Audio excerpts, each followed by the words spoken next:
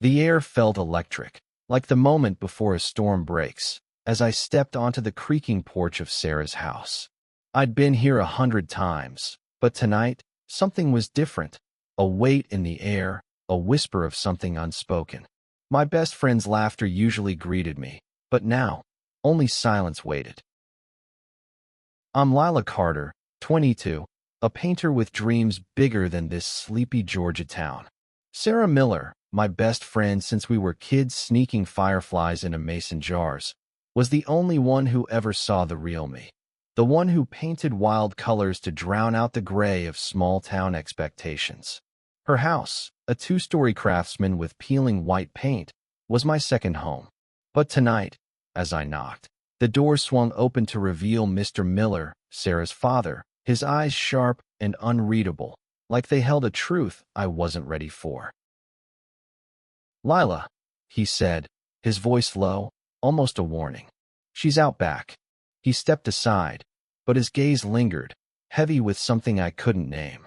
It wasn't the usual warmth of a man who'd known me since I was 6. It was a look that made my stomach twist, like he was seeing someone else in my place. I found Sarah on the porch swing, her blonde curls catching the last of the sunset. She was sketching in her notebook, her fingers smudged with charcoal. "Lila," she called, her smile bright but fleeting, like she was hiding something too. We'd always shared everything. Crushes, fears, the ache of being different in a town that loved sameness. But lately, Sarah had been distant, her text short, her eyes avoiding mine. "You okay?" I asked, sitting beside her. The swing creaked under our weight, and I noticed her hands trembling slightly. "Yeah," she said too quickly, closing her sketchbook. "Just stuff with Dad. He's been weird lately." "Weird how?" I pressed, my heart picking up speed.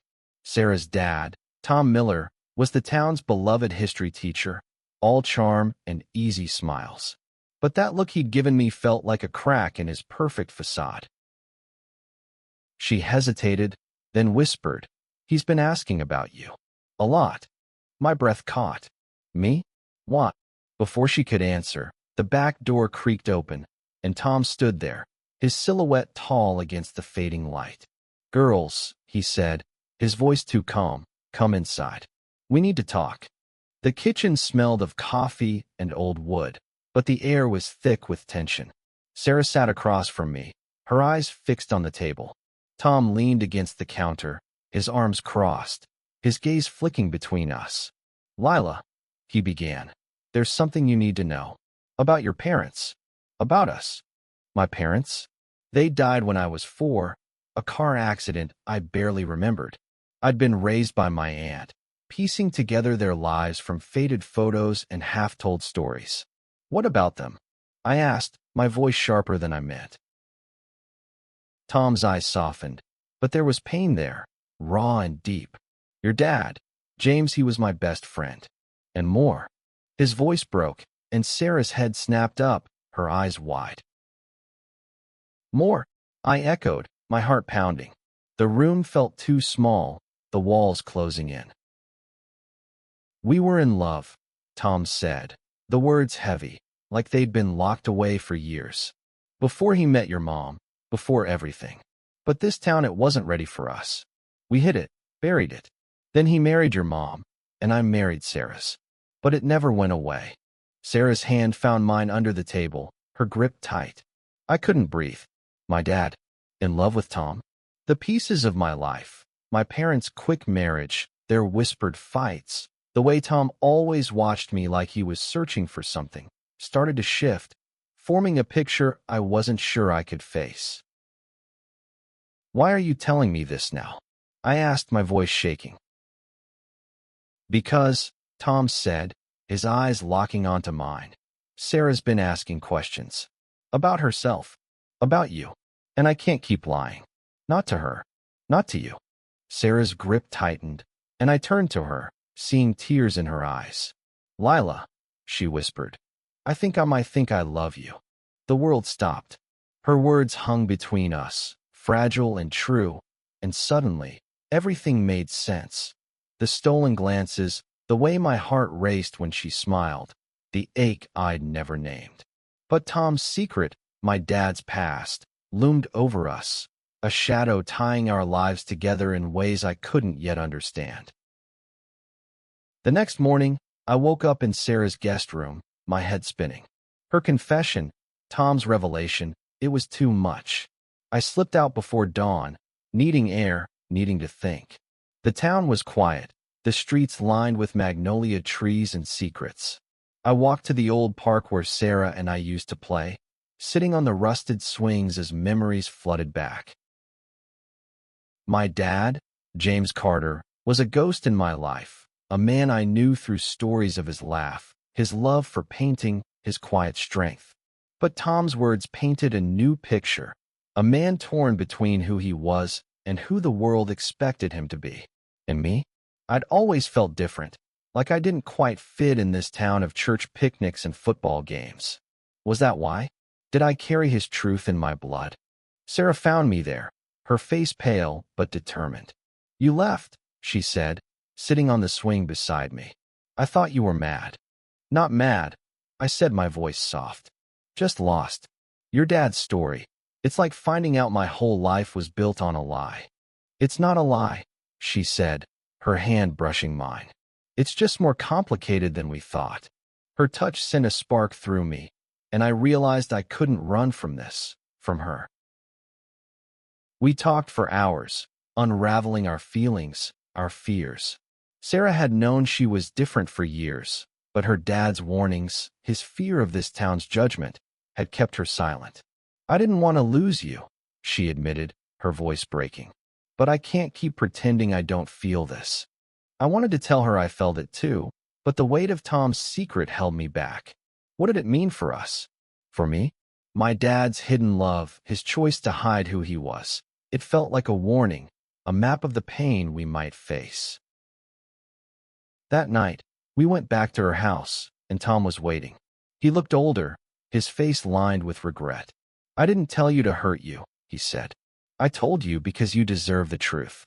And because I see it in you, Lila, the same fire James had. Don't let this town dim it." His words hit hard, but they also lit something inside me. I wasn't just my father's daughter. I was me, Lila, with my own choices to make. And Sarah, sitting beside me, her hand in mine, was part of that choice. But the town wasn't ready for us. Not yet. The days that followed were a blur of stolen moments and whispered truths. Sarah and I met in secret at the old barn on the edge of town, its walls covered in my spray-painted murals from high school. There, hidden from prying eyes, we let ourselves feel what we'd both been afraid to name. Her lips on mine were soft, tentative at first, then fierce, like we were claiming something the world didn't want us to have. But secrets don't stay buried in a town like this. Whispers started at the diner, where old men sipped coffee and traded gossip. Sarah's dad had always been a pillar of the community, but now, eyes followed him, sharp and suspicious. And me? I was the artist, the wild one, already an outsider in their eyes. When Sarah and I walked too close at the farmer's market, hands brushing, I saw Mrs. Jenkins, the church choir leader, narrow her eyes. "Lila," Sarah said one evening, her voice trembling as we sat by the creek. "What if they find out? What if Dad's right, and this town tears us apart?" I wanted to say it wouldn't, that love was stronger than their judgment, but I'd seen what this town did to people who didn't fit. My aunt had told me stories, queer kids driven out, families shunned. And Tom's story about my dad, about their love crushed by fear, was a warning I couldn't ignore. "Then we fight," I said, my voice steadier than I felt. "We don't hide, not like they did." Sarah nodded, but her eyes were scared. I pulled her close, feeling her heartbeat against mine, and promised myself I'd protect her, no matter what. The storm broke at the town's annual 4th of July picnic. Sarah and I had decided to go together, not hiding, not touching, but close enough to feel each other's courage. The park was alive with laughter, kids chasing sparklers, the smell of barbecue thick in the air. But as we sat on a blanket, sharing a slice of watermelon, I felt eyes on us. Not just curious glances, hostile ones. Tom was there, manning the grill, his smile forced. When he saw us, his face tightened, and he pulled us aside. "You're being reckless," he hissed. "This isn't a game, Lila. You don't know what this town can do." "I know what it did to you." I shot back, anger flaring. "You hid. You let it break you and my dad. I won't do that to Sarah." His eyes flashed with pain, but before he could respond, a voice cut through the crowd. "Tom Miller, you got something to say about these girls." It was Pastor Reynolds, his voice loud enough to turn heads. The picnic went quiet, all eyes on us. Sarah froze, her hand gripping mine under the blanket. I stood, pulling her up with me. "We're not hiding," I said, my voice carrying. "Sarah and I, we love each other. And we're not ashamed." The silence was deafening. Then the whispers started, sharp and venomous. Pastor Reynolds stepped forward, his face red. "This is a God-fearing town. You think you can just—" "No," Tom interrupted, stepping between us and the pastor. "You don't get to judge them. Not my daughter. Not Lila." His voice shook, but it was steady with resolve. "I hid who I was for too long. I won't let them do the same." The crowd parted as Tom led us away, his arm around Sarah, my hand still in hers. But the damage was done. By morning, the town was buzzing. Notes were slipped under Sarah's door, calling her names I won't repeat. My aunt's shop got a brick through the window, with a scrawled message, "Keep your niece in line." Sarah was crumbling, her brave facade cracking. "Maybe we should leave," she whispered one night, curled up on my couch. "Go somewhere new, where no one knows us." I wanted to agree, to run and never look back. But something in me, maybe my dad's fire, maybe my own, refused. "No," I said. "This is our home. We make them accept us." But the town had other plans. The next day, Sarah's dad was called into a school board meeting. Rumors about his past, about my dad, had spread like wildfire. They wanted him gone, claiming he was unfit to teach. Sarah was a wreck, blaming herself, and I felt helpless, my anger burning hotter with every cruel word thrown our way. We needed a plan, a way to fight back, and it started with the truth. I spent nights painting, pouring my rage and love onto canvas. Bold strokes of red and gold, Sarah's face in every curve, my dad's shadow in every shadow. Art had always been my escape, but now it was my weapon. I had an idea, one that could either save us or burn everything down. "We'll hold an exhibit," I told Sarah, my voice fierce with hope. "At the community center. We'll show them who we are, through my art, through your words. We'll make them see us." Sarah's eyes lit up, the first spark I'd seen in days. She'd always been a writer, her poems capturing the ache and beauty of our lives. "Okay," she said, her voice soft but determined. "Let's do it." We worked in secret, transforming the old barn into a studio. I painted scenes of our love, Sarah's hand in mine, the creek where we'd confessed our feelings, the porch swing where it all began. Sarah wrote poems, raw and honest, about growing up queer in a town that didn't understand. Tom helped, bringing us supplies, his quiet support a lifeline. The night of the exhibit arrived, and my heart was a drum in my chest.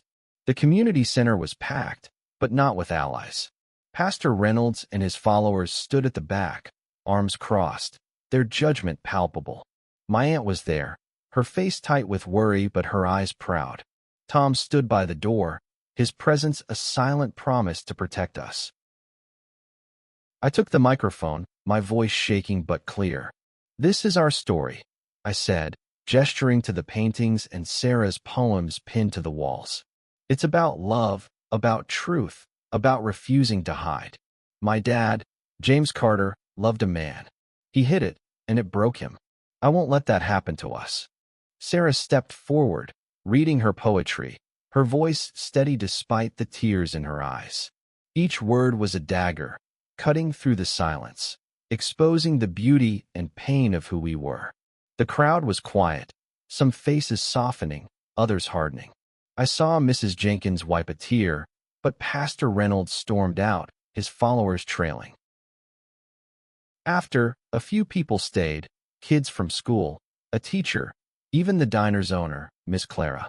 They asked questions, shared stories, and for the first time, I felt a crack in the town's armor. But it wasn't enough.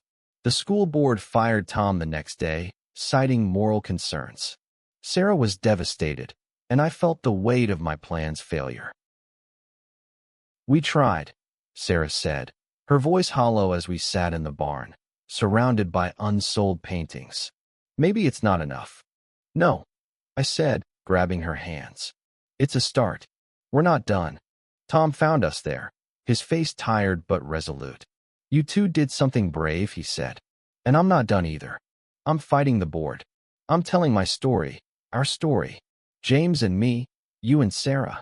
This town needs to hear it." His words gave me hope, but the fight was far from over. The town was splitting, some rallying behind us, others doubling down on their hate. We needed more than art, more than words. We needed to show them we weren't going anywhere. The weeks that followed were a battle. Tom hired a lawyer, a sharp woman from Atlanta who specialized in discrimination cases. She was fierce, tearing into the school board's flimsy excuses, but the town's old guard held firm. Sarah and I kept pushing, posting our art and poems online, where they spread beyond our small world.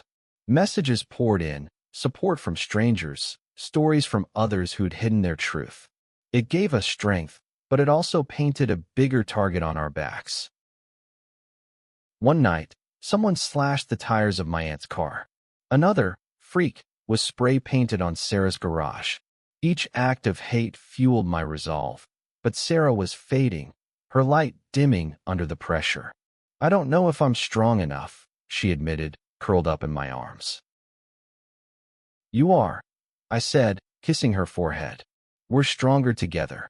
We started a support group, meeting in Ms. Clara's diner after hours. Kids showed up, queer teens, questioning ones, even allies. We shared stories, laughed, cried. It was small, but it was ours. Tom came too, opening up about his love for my dad, the pain of losing him, the guilt of staying silent. His honesty broke something open in the group, and I saw hope in Sarah's eyes again. But the town wasn't done with us. Pastor Reynolds organized a family values rally, a thinly veiled attack on us. The night before, Sarah and I sat on her porch, planning our response. "We crash it," I said, my voice fierce. "We show up, not as protesters, but as people. We make them see us." Sarah nodded, her jaw set. "Okay, but we do it together." The rally was a sea of signs and angry faces. Pastor Reynolds stood on a makeshift stage, preaching about sin and tradition. Sarah and I walked in hand, with Tom and our support group behind us. The crowd hushed, then erupted in murmurs. I felt Sarah tremble, but she held her head high. "We're not here to fight," I called out, my voice cutting through the noise. "We're here to live, to love, to be who we are. You can hate us, but you can't erase us." Sarah stepped forward, her voice clear. "My dad loved Lila's dad. I love Lila. And we're not ashamed. We're your neighbors, your friends, your family. When will you stop punishing us for that?" The crowd was split. Some booed, others clapped. Miss Clara stepped forward, her voice booming. "I've known these girls their whole lives. They're good people. If you can't see that, you're the ones who need saving." The rally didn't end in hugs and apologies, but it shifted something. People started talking, to us, not about us. The local paper ran a story on Tom's fight, and for the first time, it wasn't all hate. We were chipping away at the town's walls, but it was slow, and the cost was high. Sarah and I grew closer, our love a quiet rebellion against the hate. But I couldn't shake the fear that we were fighting a losing battle, that this town would never fully accept us. The turning point came unexpectedly. A national news outlet picked up our story, drawn by the viral reach of our art and poems. They came to town, cameras rolling, and suddenly, our fight was bigger than Georgia. Tom's case against the school board gained traction, and the lawyer uncovered evidence of bias. Emails, meeting notes, that turned the tide. The board reinstated him, but more importantly, they issued a public apology. It wasn't a fairy tale ending. Some in town never softened, their glares a reminder of the work left to do. But others changed. Mrs. Jenkins started coming to our support group, her son one of the teens who'd found a safe space with us. The diner became a haven, its walls now lined with my paintings, Sarah's poems framed beside them. One evening, as spring bloomed, Sarah and I sat on her porch swing, the same one where this all began.